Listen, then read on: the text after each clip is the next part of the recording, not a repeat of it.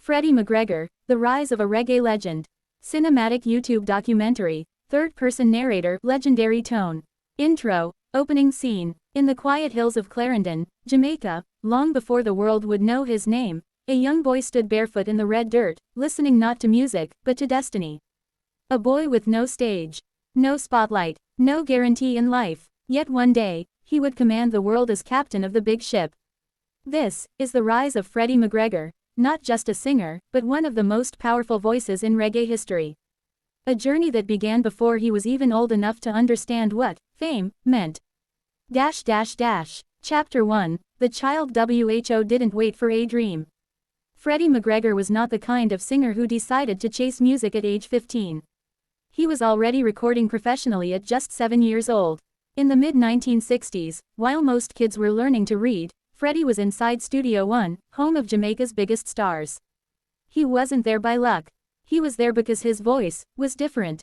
Deep, emotional, mature, far beyond his age. He joined the Clarendonians, one of the top Jamaican vocal groups of the era. And right there, a child from the countryside entered the machine of reggae greatness, before he even understood what he was becoming. Chapter 2, From Protégé to Power. By his teenage years, Freddie was no longer just the little kid with a big voice.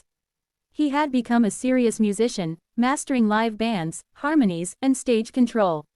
Studio One became his training ground, the same legendary place that built Bob Marley, Burning Spear, and Marcia Griffiths. But Freddie was different. He wasn't loud. He wasn't rebellious. He was dangerously disciplined. While other young artists chased quick fame, Freddie was studying the science of music, timing, breathing, tone control. And by the late 1970s, Jamaica began to realize that this quiet youth was about to become unstoppable. Chapter 3, The Breakthrough. Then it happened. 1982. A song drops. A rhythm that felt like waves rising in slow motion. A voice that made even grown men stop and listen. Big Ship, the anthem that would crown him a legend. It wasn't just a hit. It was a declaration, a musical flag planted deep into reggae history. From Jamaica to London to New York, the world heard a voice that sounded like royalty in motion. Freddie McGregor was no longer a prodigy. He was now a leader. A captain. The big ship had officially launched. Chapter 4, The Golden Era and Global Takeover. With Big Ship conquering radio stations worldwide, Freddie McGregor stepped into a new phase. Not just a singer, but a global reggae ambassador. He followed with hits that carried both class and emotion, proving he wasn't a one-hit legend. Just Don't Want to Be Lonely, a lover's rock masterpiece, especially powerful in Europe and the UK. Push Comes to Shove, a roots reggae anthem, raw but refined. I Was Born a Winner, a declaration of faith in self, embraced by hustlers and dreamers worldwide. While many artists faded after one era, Freddie evolved, adapting through time without ever losing his signature elegance. Crowds didn't just watch him perform. They trusted him. Women cried. Men nodded in silence. His concerts didn't feel like entertainment, they felt like ceremony. Chapter 5, Builds His Empire. Unlike many artists of his time who just rode the fame, Freddie used his success to build infrastructure. He founded Big Ship Music, one of Jamaica's most respected record labels, training and producing the next wave of talent. And from that empire came his bloodline. Chino McGregor, dancehall and reggae sensation.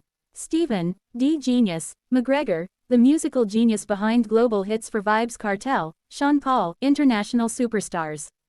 Freddie didn't just become a legend. He became a father of legacies. Chapter 6, When the Big Ship Almost Sank.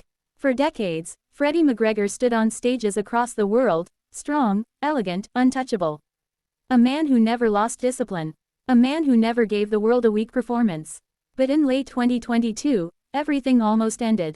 Freddie was preparing for a US tour, when suddenly, he suffered a serious stroke. No warning, no time to prepare, just fear, everywhere. For the first time, the world was silent, waiting, praying, afraid of a headline they did not want to see. Rumors started flying. Is the captain gone? Is the big ship sinking? But then, something happened. The man who had carried Jamaican music for over 5 decades did what legends do. He fought back. Rehabilitation, therapy, silence, then strength. And not long after, he stepped back onto stage. Not as weak, but as proof that legends do not retire, they resurrect. The crowd didn't just cheer. They cried. They stood before a man who had survived death, and still came back to sing. Chapter 7, Immortal Legacy. Today, Freddie McGregor is not just respected. He is worshipped in reggae culture.